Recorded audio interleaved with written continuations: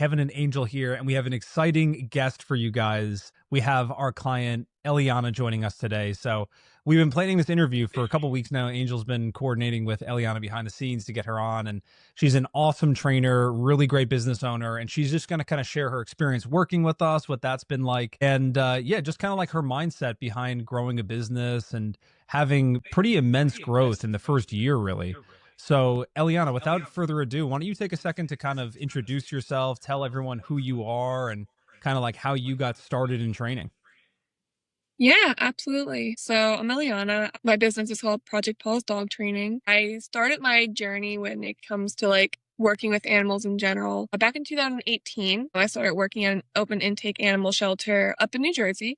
And I kind of went down the medical path. So I was like a medical staff member at the shelter. But then, of course, wanted to branch out. So I took a job as a vet assistant at a hospital, and I was there for like 3 months before I was like, this sucks, and I was so bored. So then I went back to the shelter, and then I started looking more at like the dog behavior, and everything like that. So then when I moved down to North Carolina, I started shadowing another trainer, and it just kind of like skyrocketed from there. Yeah, very cool. So there's some overlap here that I didn't even necessarily realize, Angel, because you were I mean, you kind of worked in the veterinary world and stuff like that, obviously have a training background, and you have Yeah. ties to New Jersey now. So there you go.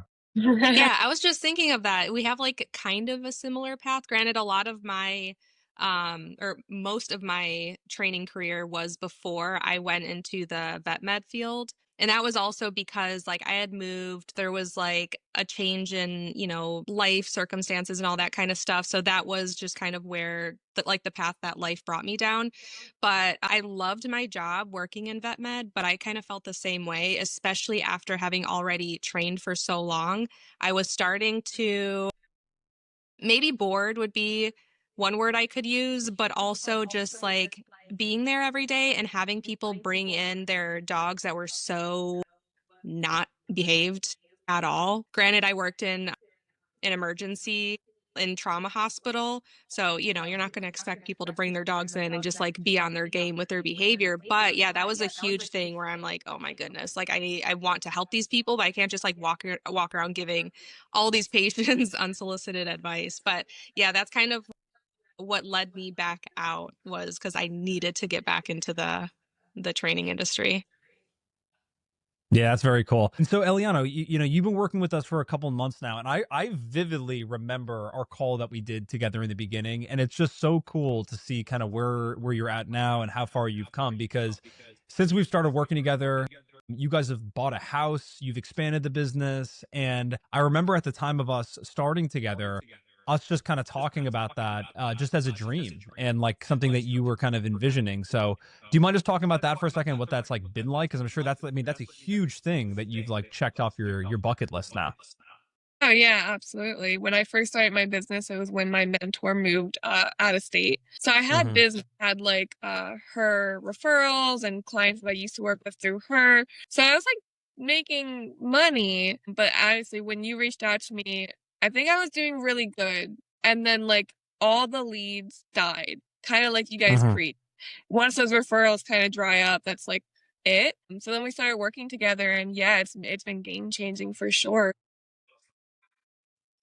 Yeah, yeah. Well, what's so cool is I remember talking to you about in the beginning, like, hey, can we take on board and trains? And you were living in your townhome at the time, and you were like, the thing I loved about that is you were like trying so hard to try and find a way to make it work, and you were just like, Kevin, it's just not happening right now. Like one day, we'll get into a home or we can take on board and trains. But I remember you telling me like maybe in this like smaller room in the basement, or we can make it happen. And then we I've obviously decided like, hey, right now private training is going to be the best route to go. But you've built a really, really successful business just selling high ticket private training programs. So do you mind just kind of sharing a little bit about that and telling everybody like your experience with that? Yeah, absolutely. I know when we first started working together, I was a little nervous because most of your clients and people who work with you guys are board and trained trainers. So I think one of the first things I asked you is it even possible to make that kind of income doing just private lessons? Of course, they're lower ticket, but since me and Angel had like one of our first calls, kind of helped me come up with a program, like different programs, and help me price them more appropriately. Yeah, no, they were definitely very successful. I'll probably continue doing them. I think one of the things I love about dog training is with the people. Um, but yeah, no, it definitely makes a difference what I was doing before versus the advice that you guys gave me to do the private lessons. Yeah, and so I want to hear more about your transformation and just kind of like what it's been like, and if you're cool getting into like revenue numbers and stuff like that, because I feel like that's always kind of the attention grabbing thing and like the proof for people to hear as far as how far you've come and stuff like that. So we can definitely talk a little bit more about that. But I know every single Monday, Angel and I meet and we talk about clients and just throughout the week and stuff like that, and we'll discuss clients. And Angel has said to me many times, not that we play favorites here, but Angel has said to me that she just loves your like mentality, and just like you seem like a very very ideal, very coachable client. So Angel, can you share a little bit more on that, and kind of I feel like you can do a better job of articulating what I'm trying to say here. Yeah, absolutely. I will say all of the praises for Eliana for the public to hear. But yeah, like I was saying before, like this podcast is like we created it to discuss like the mindset behind business and like how you run a business and stuff like that. And Eliana, I feel like you are just like the epitome of that. Like starting with us, you were starting off new and all that kind of stuff. But like every time you came on one of our coaching calls or a group coaching call, like just that in and of itself, showing up to those things, like just doing what you have to do is huge, but also coming on with this mentality of like, I have this little bit of a struggle right now. What can I do to change it? Or, I had this experience with a client this weekend. What do I need to do to handle that better differently? Like you're so open minded. You're so willing to be coach or realizing like, okay, maybe I did something wrong and maybe it's me, maybe it's not the client, but it just seems like there's just this trend with every conversation we have where you just right off the bat, whether it's an issue that needs to be fixed on your end or not, like you have this mentality of what can I do to make it better? Just tell me what I do. And I love that. I love optimism and your willingness to change better for your business. I can tell you really started your business and knew like, okay, I'm not just going to start this business and just do what I want to do. Like I'm going to do what I need to do. And that is what we love in every client. So Eliana, what we're really asking is, why are you so great? What makes Eliana so great? Tell us a little bit And about like your mindset, because I mean, like when you first came in, it seemed like to us like you were just like willing to do everything that we were kind of preaching as a company, and the way that we teach things, and raising prices, and how to structure results-based programs, and doing consultations, learning a real sales process. So, can you talk about that just for everyone who's listening, and like what your experience was like with that, and just was that like difficult for you to do, because you see it seems like you took to it really quickly. yeah, I wouldn't say it was hard. I think when my mentor left and I looked for other trainers to like work with because I didn't want to do my own business at the time and I had no success and I was like, well, I'm not going to do another job. I want to be a trainer. So I started was like, okay, I'm opening my own business, but I was still in that like just a employee mindset where I was like, okay, I'm just doing training. I'm just training these people's dogs. And I'm getting paid for it. And like that's just what I do. And of course I'm learning and I'm being a good trainer, but I definitely wasn't a business person, I don't think. Once I started working with you guys, obviously you've had business, not only have Angel, you have your own business, but you also work with people who have their own business, and the weekly coaching calls are really helpful too. So it really changed my mindset from, oh, I'm just a dog trainer to I own a dog training. What can I do to help make it more successful so I could help more dogs rather than just let me do what I like and get paid for it. So it's a bigger picture store, and you guys kind of help me see that. And I think that the reason why it's been so easy for me to change is because I love what I do so much. I'm willing to look at things a different way because I knew I needed to. I just didn't know how to look at it. Yeah, that's an awesome answer. Yeah, the people that I notice tend to do extremely well are first and foremost the people who, when they come to work with us, they show up to all the calls, right? So like the one-on-one coaching calls with your coach, the group coaching calls, and not, constantly rescheduling and stuff like that. And yeah, I mean, I remember you being there particularly in the beginning and just raising your hand and asking questions about sales and, how do I overcome this objection, or what do I do in this scenario? And I think there's this temptation when you run a business to feel like I should have all the answers. I'm the business owner. I should know what to do and I know how to sell and stuff like that. And so, what I always think about whenever I go into any sort of coaching program or I'm working with a coach, I always just think about like, tell me exactly what I need to do. Tell me, because like if you're already doing or you have already have all these clients who are currently doing what I want to do, I'm not going to give you what Kevin thinks. Like, it doesn't really matter what I think. It matters what works. And then once you kind of get that system into place, then you get your opportunity to put your own spin on it and all that good stuff. So do me a favor and tell everyone a little bit about like your sales process because I know that was something that like you really got pretty good at pretty quickly. And I think something you do really well is like building connection with people like you're talking about and not just making it like a transaction, making it very relational and just connecting with those people. So would you mind kind of talking about that? Because I feel like that could be very helpful for a lot of people who are listening to this. Yeah, for sure. So I know when I first moved down here, my mentor had actually told me, from New Jersey, where I guess things feel more transactional, where down here Hmm. they sugar it or something. Yeah. So I was like very like, okay, this is what you want. Let's do it. I'll teach you how to teach your dog to do this. And that was just kind of it. And like, okay, do you want to pay? I do that over the phone, right? And now that worked with referrals, right? And I still get referrals and they trust me, I feel like a little bit more because I know somebody and they know the dog that I've worked with. But when it comes to people just looking for a dog trainer who know nothing about me besides what's on my website, you definitely need to get to know them better. And I think because I never did consultations before. Like I said, it was like kind of just over the phone. What do you need? All right, let's do it. Now I go to people's houses per your guys' recommendation. And I think that makes me a much better trainer too. Because rather than just agreeing to something that I don't even know if I can work on, like over the phone, I actually get to see the dog. And I'm like, okay, every time I leave a consultation, I know what I'm going to do. Like I come up, like I'll pick the program, the amount of lessons I want to do. And I'm like, okay, well, this is typically the program that I do. Like, the first lesson we work on this, the second lesson we work on that.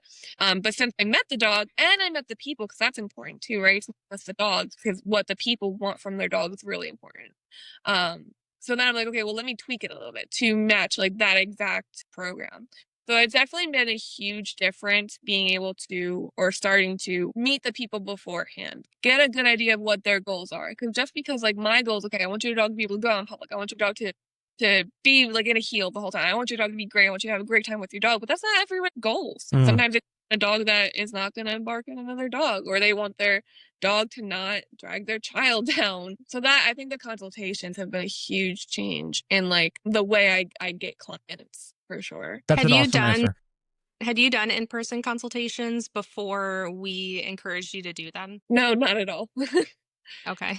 So Yeah, you 'cause I were remember my you first just couple, I went to those, the meeting calls, and I'm like, "What do I do?" I think the first couple ones, I was, like, 30 minutes long, and I wasn't making sales because 'cause I'm like, "That's not enough time to get to know them, but also I had no idea what I was doing." Yeah. So it's just like as you were starting something new, you were having to make sales, but also like learning along the way, like literally Yeah. real time in the consultation. Yeah, exactly. Yeah.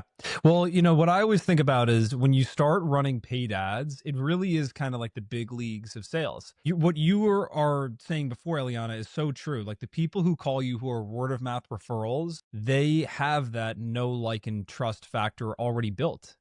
So you can close them over the phone pretty easily. And I think that's how people get lulled into a false sense of security when they're thinking that they have a really good sales process or I'm really good at closing. I just need the leads and you're really good at closing people who are already sold in a way when they're just word of mouth referral leads. So when somebody comes along and they're coming off of just an ad online, it's not that they're bad leads or cold leads or anything like that. Like they just need to be treated differently. And I think that's something that you've seen and experienced and done a really good job at. And so you said something before, like just even meeting with them for a half hour, like that's not even enough time to build that connection.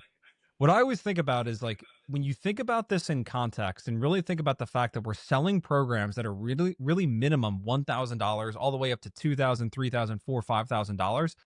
Everyone's heard me say this many times now if you listen to this podcast, but who is possibly going to pay somebody $4,000 after knowing them for 10 minutes? Like there's nothing in the world other than like a cure to like a disease that's going to kill me in 10 minutes that I would pay $4,000 for after meeting somebody just 10 minutes ago. It takes time to build that connection. And for some bizarre reason, a lot of business owners, I think it's because you realize how precious your time is. You think like, I don't want to give up an hour of my time in during the day to do this because like what if they say no? But I think what you're finding is that when you do the appropriate things and you do a good job with your sales process, more times than not, they end up saying yes and buying something from you. Would you agree with that? Yeah, no, I definitely agree with that. Not spending the time to get to know people and get to know the dog doesn't really give you time either to really come up with what you wanna do. Yeah. So I know what everyone's question is going to be is like, how do you build a connection with people? So do you mind sharing a little bit about that? And like, what are you typically trying to do when you get inside of their home? And like, how do you just build that relationship with people? So I know a lot of people, on your podcast and people that have talked about I remember the one guy, I don't remember what his name was. So he's like, "I'll look at a pen." It might have been Ben. "I'll look for a pen, and if I can make a connection with you in that pen, like, I'll do that." Yeah. I feel like I'm not as good at that, but I try to kinda come up, like ask them, like, "What is your goal with your dog? What do you want to do with your dog?"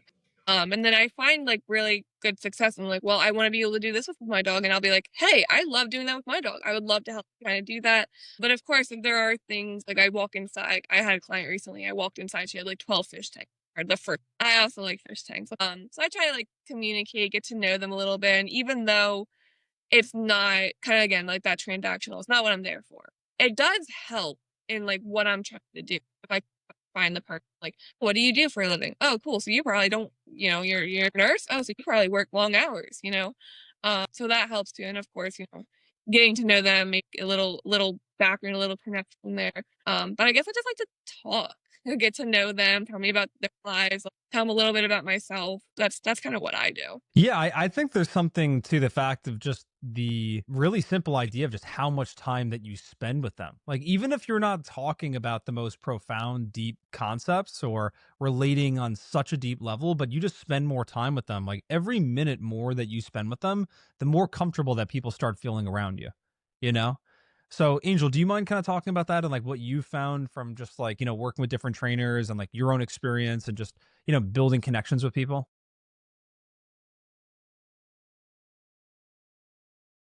I also did in my consultations and something that I coach people on, but I think it was just the fact that you said like asking people what they do for work. And like the reason why I want to point that out is because questions like that, asking, what do you do for work? Or what does your partner do? Or, oh, do you guys have kids? Like, especially if you see toys laying around and stuff like that.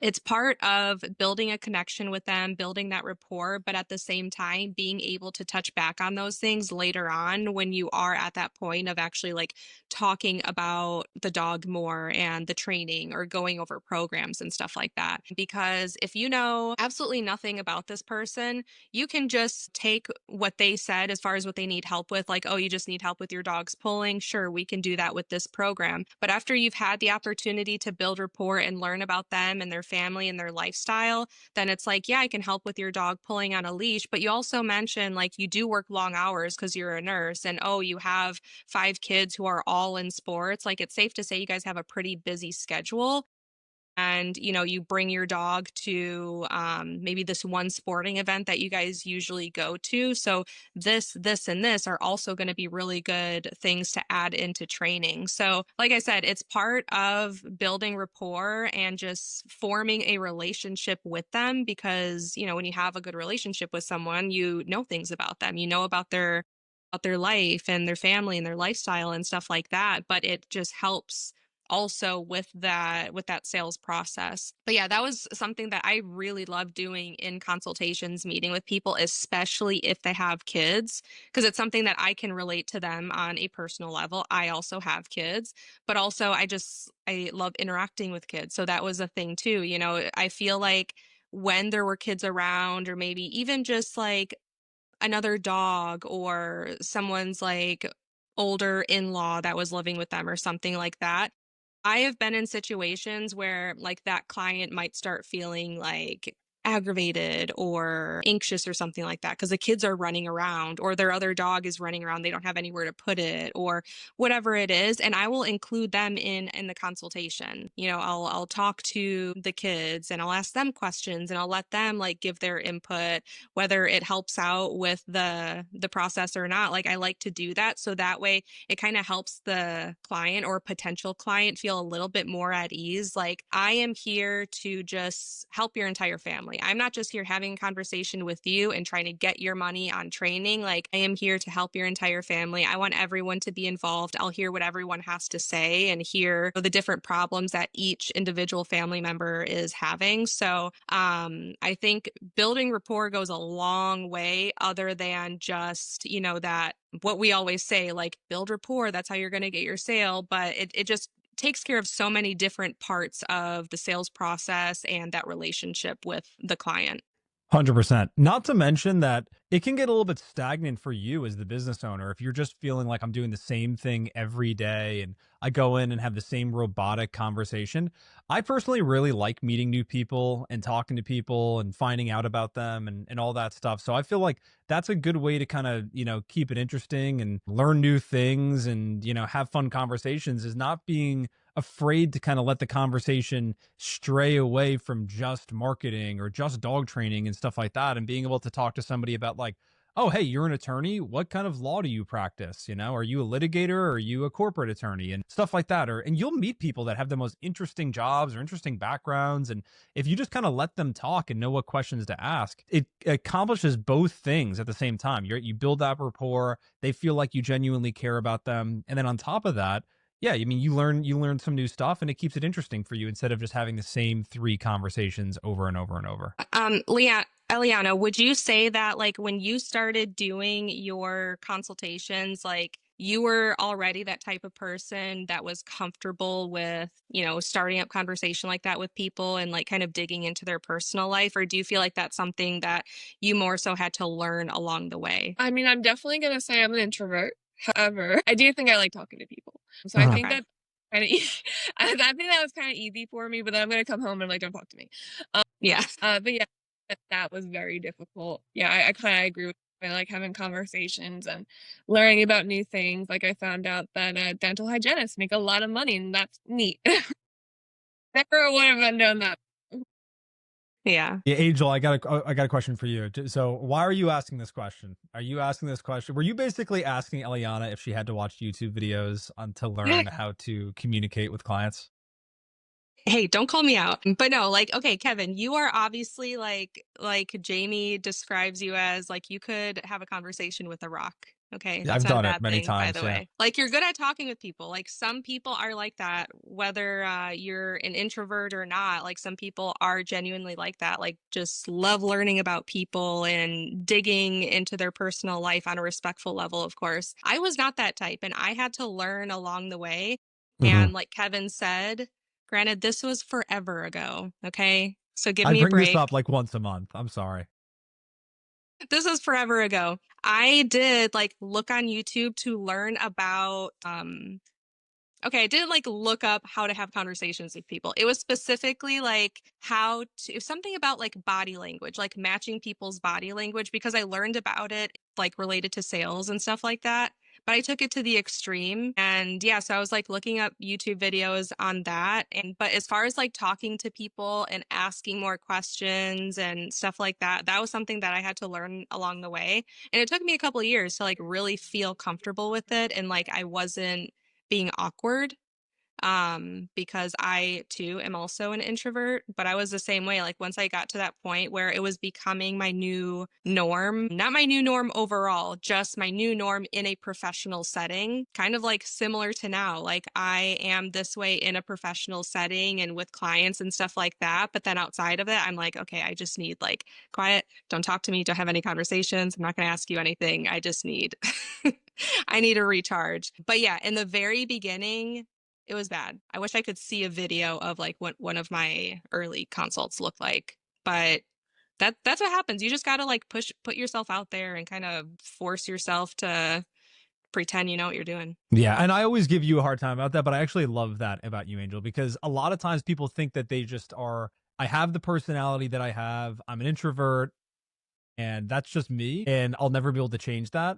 But to you and Eliana's point, just because you're an introvert doesn't mean that you can't be good at talking to people. I kind of find myself to be like an extroverted introvert, so I'm very similar to you guys where like when I need to talk to people, I can do it and I really enjoy it. But then when I finally get home, I feel like I need to like stare at a blank wall for like 2.5 hours to like unplug. So Yeah. I think it's funny they can both kind of exist at the same time, but I know I've said this many times too. I think it's worth repeating though that everything in life is a skill. And just because you're not naturally born with something or gifted at it or didn't pick it up as quickly as the next person did doesn't mean that you can't get better at it. And so Eliana, I think like coming back to you, I think that's kind of what you're really getting at here. That's like, hey, I don't necessarily have like a natural leaning towards this, but what you were talking about before, it doesn't really matter what you want or what your initial skill set is. It's kind of like what's required of you as the business owner, because you're not just a dog trainer anymore. Now you're the business owner, and this is what business owners do. And it really seems like you were able to flip that switch, which a lot of people resist for a long time. So that's just really cool to see you be able to do that. Now go ahead, Leon, I don't want to cut you off there. No, I was gonna say, truthfully, I don't feel like I have a natural knack for dog training either. Hmm. So I think the fact that, I wanted it so bad, I'm kind of used to figuring it out. I love that. Yeah, Yeah. that right there is a skill in and of itself that a lot of people don't have, where like it's everything is figure outable. I'll make it work. Very cool. So let's talk about this. So do you mind just kind of sharing with everybody, like, I know you had said before that you were getting some referrals through your mentor and, business was good for a little while and then it kind of really dropped off. And that's obviously why we started marketing for you and all that stuff. But do you kind of mind just sharing like your numbers as far as like what things were like before you started with Top Dog and like what it's been like since? Yeah, so I think before you guys, I was averaging maybe 2,000 a month. Um, Now give or take, right? The holidays slow down. I think some was busy. For some reason, I forget when you contacted me. It was like January. I was doing really well. It was like 4,000. Wow. And then since working with you guys, I feel like I forget what it was that first month, but there was a month I made $9,000. Wow, that's crazy, dude. And just like private lessons alone, right? Which to me was um again, looking at how successful board and train trainers are, I was like, I don't think that's gonna happen. Yeah, like, it was like one of those first couple of months, I $9,000. Like, wow, I could actually put money away, and I can actually like I've helped my boyfriend in the rent. Like, it was game changing for sure, and it's been consistent with that. Generally around that amount since. I think what I need to do in order to continue progressing is I need to hire somebody, whether that's like Yeah. another trainer so I can do more board and trains. Like now that I'm starting that, or if I just need like someone answering the phone because I feel like they're always calling me when I'm like either on the toilet or I'm with another client, and it's like, and I try to call them back after. It's difficult. Um, but no, yeah. So Yeah, that's or you been just take it right on the toilet. I can't say I've never done that before, if I'm being honest. here access the bathroom. Yeah, and like I've done that like before, and my wife has like walked by like, dude, you need to chill the hell out. Like you cannot be doing that. That's an insane move. Like when I'm doing that, it's like that and not like eating lunch or eating like, food over the sink like I'm an animal or something like that. Like that's what I know I've gone too far and I need like a reality check of like, okay, yeah, take a breather here, dude.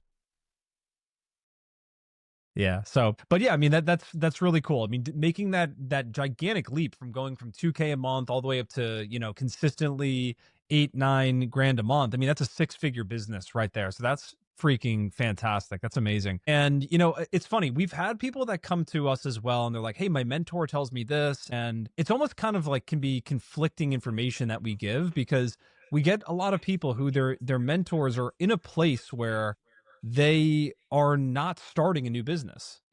And so I think sometimes people can kind of lose touch with that too, of like what you needed to do back in 2007 or something like that, or whatever year you started the business, and what was required of you to start the business then versus what you're able to do now because you're getting all these word of mouth referrals. And we have another client, Emily, who we did a client success interview with a couple weeks ago. If you guys haven't seen that one, definitely go check that one out too. She's an awesome trainer, makes a ton of money, and has a great business from private training as well. And she had said, like, I'd been through a coaching program and they had said to me in that program, like, never give a discount. There's no reason to ever discount your services. You're cheapening your brand and all that stuff. And I don't know where people get these ideas from that, like, using that as the example that, like, giving a discount cheapens your brand. You know, Angel and I have said this a couple times on this podcast where it's like, Apple gives discounts to get people to like get started with running ads, right? You know, Amazon has Prime Day. Is there any more successful company in the world than Amazon? You know, so I just think that like you need to be very careful about like what you take as gospel. And I'm not saying that that's like bad information and like totally wrong. Like if you are never make a sale without having to totally discount your services, like there's probably something wrong there with the sales process. But, you know, I think that you just really need to figure out for yourself what works for your business and not just totally, yeah, take it as gospel that, hey, this is what this person said, and I'm always going to have to be married to that. And I should never do, you know, in person sales, or I always have to be over the phone, or it always needs to be the full price, or I'm not going to work with that client because they're going to be a bad client, all that stuff. So, I mean, it's just cool that you were like, you know, open to change as well, because a lot of times people get, they hear something and they take it as the truth and they're never able to kind of move on from that.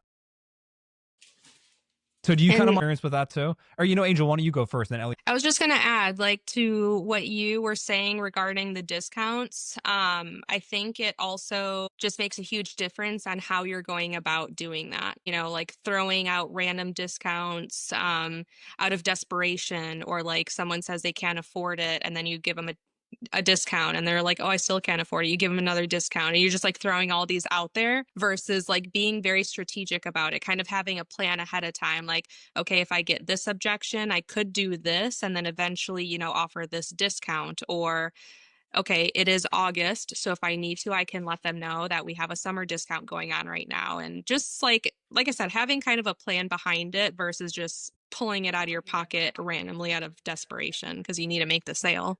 Exactly. So, Eliana, do you mind kind of sharing like your perspective on that? Because like you made a shift, even just I know we talked about this before. I don't mean to beat a dead horse here, but you know, at the end of the day, like you did make the shift away from like selling over the phone to going to doing the in-person consults, and you've had a ton of success with that. And the proof is in the pudding. You know, like that's what I always tell people is, you know, you can be so married to something and then all of a sudden you finally try it the other way. And it's like the only thing that matters is really what works, you know, what the market wants from you and your business. And so, I mean, do you mind kind of talking about that and just like that transformation of like what you thought before getting started with us and like versus like what you now see?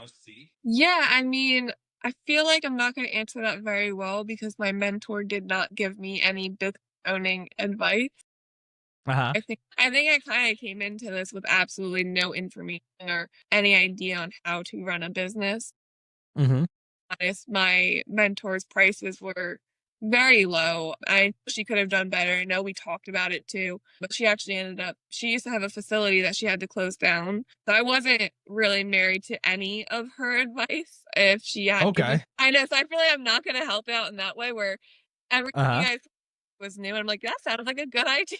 Fair enough. Okay. So these were just kind of like even ideas that weren't even necessarily from your mentor, but just more so given just like that you kind of had preconceived notions about like how it should work on your own or something like that. Yeah, essentially, because I do know my mentor made most of her sales like over the phone, so that I kind of followed. As far Yeah. as it comes to giving discount stuff, yeah, I had never thought like, well, if I give a discount, help the person be able to afford it. Yeah, yeah, yeah. I can totally relate to that. I mean, there's just things that you I don't know where we even get these ideas from, but you start a business. Like, I'll never forget when I first started my first business, like when I didn't even know that Google Ads was a thing. You know, paid advertising was a thing. Like I just kind of figured like you open a business and you just kind of get business. And I think there's still a lot of people like that now. Like I was talking to a client of ours not that long ago and he's like, it wasn't until you and I had a call and I started putting the pieces together, like, why are all these other trainers around me so busy and I like never get a phone call? And then we were having a conversation about paid advertising and he's like, oh yeah, well, I've seen like sponsored posts on Google. Is that maybe what they're doing?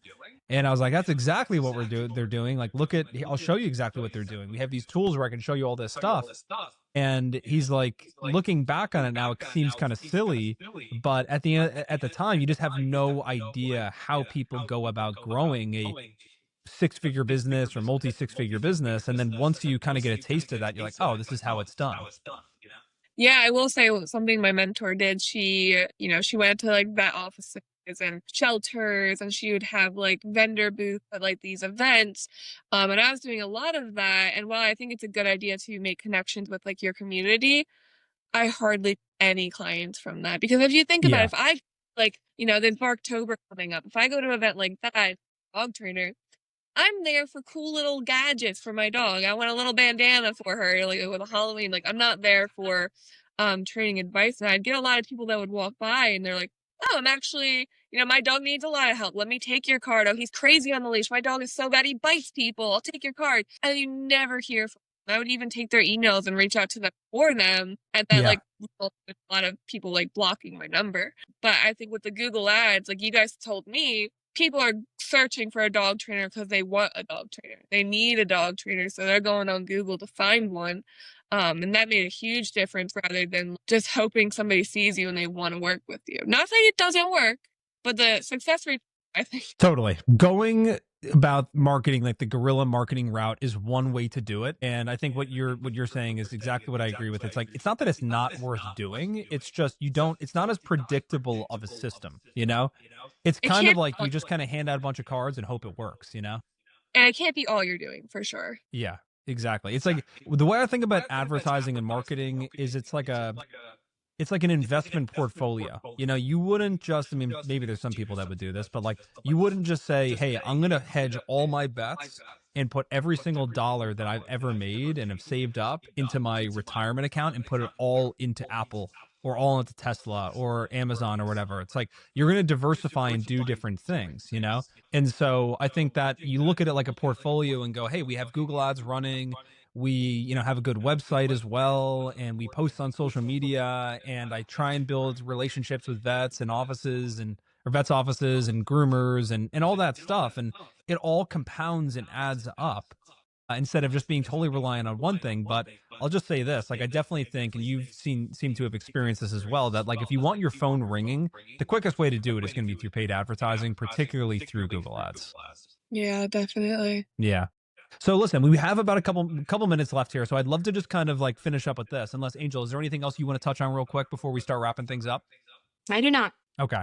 So the question I always love to ask people at the end of these conversations is if you think back to where you were a couple months ago and there's somebody else who's in that same exact situation, what is the advice that you would give to that person? Like if somebody was sitting around like 2K a month on some months and but it's fluctuating and they don't know where the next client's going to come from, like what is the advice that you would give to that trainer? Yeah, I mean, I definitely would tell them to, if not to look into Google Ads or give them your information, because I think when it comes to what you guys offer, like, me and my boyfriend, we talked about it right before working with you guys. We were like, well, why don't we just do Google Ads? Why don't we figure that out without having to, work with you guys? But I think you guys bring a lot more value than just dealing with my Google Ads. I mean, it's great that I don't have to worry about the algorithm and how they work. Yeah.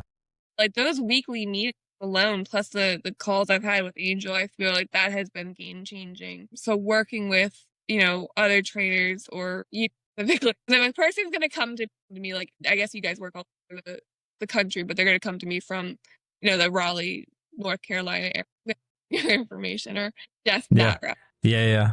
That's an awesome answer. I appreciate you saying that because I mean we love working with you, and like Angel was saying before, singing your praises, like you really are an ideal client for us. We love working with people who buy into like what we teach, and it's not even that crazy. I mean, what we really just want from people and what we've seen work the best is don't try and sell over that initial phone call. Just try and set consultations, answer your phone when the calls come in, and build rapport and value, and just focus on getting better every single day and not just getting frustrated because the first person you met with didn't say yes. And you're a testament to all that stuff, and just like hard work really does pay off. I mean, it's kind of like dog owners too, right?